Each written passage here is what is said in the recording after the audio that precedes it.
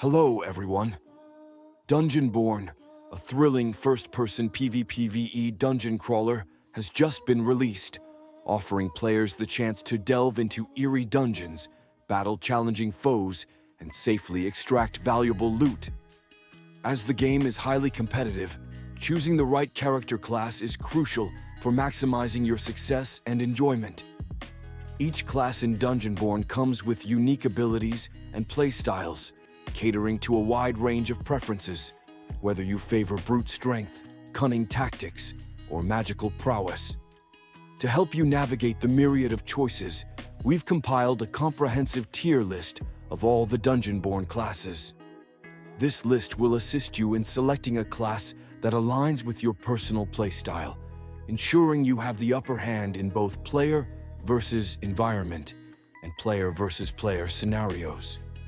From the steadfast warrior to the stealthy rogue and the mystical sorcerer, our tier list highlights the strengths and weaknesses of each class, helping you make an informed decision and dominate the dungeons with confidence. I'm quickly moving on to the video, and I'm ranking classes in Dungeonborne. Before we start, if you enjoy these types of tier list videos, don't forget to like the video and subscribe. Enjoy watching. My friends, only 0.1% of viewers subscribe. If you like this type of content, please do not forget to subscribe to the channel. Thank you in advance for your support. The classes in this tier are, in order from top left to bottom right, Cryomancer and Priest. Cryomancers are formidable spellcasters in Dungeonborne, wielding ice-themed spells to control crowds during PvP battles. Their offensive Q spells allow them to deal long-range damage to enemies, while their supportive E spells offer shields and healing for themselves and allies. Unlike the Death Knight, Cryomancers rely on soul energy instead of mana for their spells, but they struggle with regenerating this resource. This dependency on mana potions makes them vulnerable, especially in solo play, where managing soul energy becomes crucial against larger monsters and other players. This challenge is particularly pronounced at the start of the game, where Cryomancers have access to basic equipment that doesn't compensate for their limited ability to replenish soul energy. While playing with a team can mitigate this weakness by sharing resources and support, solo players often find themselves at a disadvantage. Despite their powerful spells and crowd control capabilities, the lack of effective soul energy regeneration means that Cryomancers must strategize carefully and rely heavily on mana potions to maintain their effectiveness in prolonged battles. The Priest in Dungeonborne is a quintessential support class, excelling in both direct and area of effect healing. With the ability to place shields on themselves and their allies, they provide crucial defensive and restorative support during battles. Players can choose between two Q abilities. One offers a broad area of effect heal, while the other delivers a focused, charged heal to an individual. Their E abilities further enhance their support role by granting shields to themselves or their allies for a limited duration, which can be a game changer in maintaining team resilience without relying on scarce materials. Despite their valuable support functions, priests face significant drawbacks. They have low health, minimal defense, and lack the offensive capabilities to stand alone in combat. Their healing, while helpful, requires substantial mana and doesn't always offer enough return on investment, making sustained healing a challenge. Additionally, their fragility makes them vulnerable to high-damage classes like rogues or frontline fighters, leading to a high likelihood of being overwhelmed if not well protected by their team. As a result, priests are best suited for playstyles that involve close coordination with strong, defensive teammates who can shield them from harm. The classes in this tier are, in order from top left to bottom right, Rogue. The Rogue excels in agility and stealth, making them a formidable opponent for any unprepared player. Their ability to turn invisible and launch surprise attacks allows them to dominate opponents who are isolated or distracted. With their potent poison skills, they can even petrify their enemies, ensuring a swift and decisive victory. Rogues are particularly effective against classes like the Priest and Cryomancer, leveraging their speed and hit-and-run tactics to exploit weaknesses. However, the rogues' low health and defense make them vulnerable to direct confrontations. If caught off guard or in melee combat, they can quickly become overwhelmed.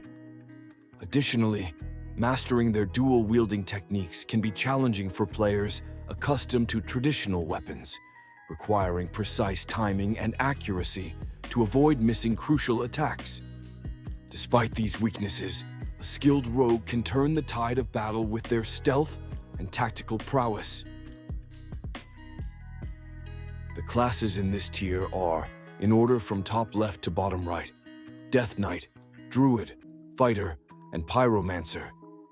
The Death Knight is a formidable force on the battlefield, excelling in close-quarters combat with their heavy-hitting attacks. This class specializes in bringing enemies within striking range, using their E-skill to pull foes towards them. This ability is particularly effective for neutralizing distant or fragile opponents, like priests, by drawing them into the fray where the Death Knight can overpower them. Their high damage output is complemented by their Q spell, which slows enemies and amplifies the impact of their attacks. Despite their strength, Death Knights face challenges in mobility, making them less suited for fast-paced skirmishes. They rely on soul energy rather than mana to unleash their powerful abilities, requiring strategic management to maintain their effectiveness. Upgrading their skills to enhance soul energy generation is crucial, ensuring they can consistently harness their full potential in battle. In Dungeonborne, Druids offer exceptional versatility with their ability to thrive in both ranged and close combat. Their elven heritage grants them the unique capability to enter stealth by crouching and remaining still, similar to the Swordmaster. While Druids may be physically fragile and require precise positioning and practice to master, their strengths lie in their mobility and adaptability. Upgrading a Druid's dexterity can enhance their ability to detect enemies from up to 30 meters away in their panther form, allowing them to provide critical intelligence on enemy positions before they are even aware of your presence.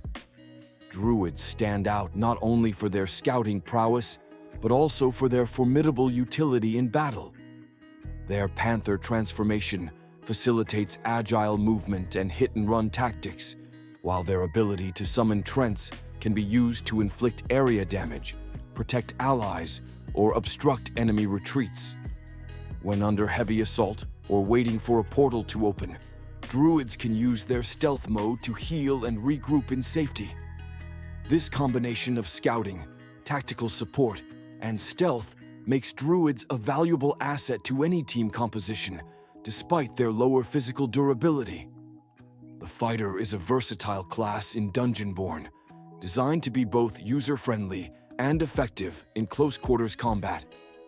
As the first-class players encounter, Fighters offer a straightforward experience with their sword and shield setup and powerful whirling Q skill, which benefits significantly from the developer's boost to heavy weapon damage. This makes them formidable in lower-tier battles, capable of dismantling monsters and enemy players with ease. However, in higher ranks, their Q skill's vulnerability can be exploited by experienced opponents, necessitating more strategic gameplay. Despite this, Fighters remain a valuable asset in advanced play with a focus on thoughtful tactics. One of the Fighters' key advantages is their ability to upgrade skills to prevent friendly fire, making them ideal for teamwork. With these upgrades, Fighters can charge into battle without risking harm to their allies, which fundamentally alters team dynamics and resource management. This feature becomes particularly crucial when coordinating with other Fighters, allowing for aggressive frontline engagements while ensuring teammates can contribute without the fear of accidental injury. Personally, I've found this aspect invaluable, as it allows for a more focused and cohesive approach to team battles, emphasizing the fighter's role in enhancing overall combat effectiveness. The pyromancer excels in long-range combat, wielding the raw power of fire to devastate enemies from a distance. Their primary spell, a fireball, can be unleashed in two forms: a series of small homing fireballs for quick attacks, or a massive area of effect fireball when fully charged. This versatility makes them a formidable opponent from afar, with their fiery staves further amplifying their destructive potential. However, their reliance on spellcasting leaves them vulnerable to close-range attackers. To counteract this vulnerability, pyromancers possess a secondary skill that creates a burst of fire, knocking back and burning any nearby foes. This ability not only provides a crucial defensive mechanism, but also helps illuminate dark spaces by setting enemies ablaze, making them easier to spot. This is particularly useful against small, elusive enemies like bats and ghost-like creatures, giving pyromancers an edge in both offense and survival. The classes in this tier are, in order from top left to bottom right: Swordmaster. The Swordmaster is a top-tier choice for players looking to dominate both solo and group play in Dungeonborne. As expert close combat fighters, Swordmasters excel in both initiating and concluding battles with their impressive array of two- and one-handed weapons. Their versatility in combat is further enhanced by their spells, which deal significant damage, but require a sacrifice of 1 to 4 swords per use. For ease of use, sticking with the E spell is advisable, as it only consumes 1 sword, which can be easily replaced through dungeons or merchants. The E spell's spinning attack mirrors the fighter's whirlwind, offering both offense and defense while on the battlefield. In addition to their combat prowess, Swordmasters can utilize their elven heritage to enter stealth mode by crouching and remaining still, rendering them invisible to enemies. This ability allows them to heal and reposition without detection. However, this class comes with a notable drawback: the potential to damage allies with their wide-ranging attacks and skills. While this is not an issue in solo play, it's essential to pair a Swordmaster with a fighter or another long-range combatant to mitigate friendly fire and maintain team synergy. The video ends here. See you in another video. Don't forget to subscribe.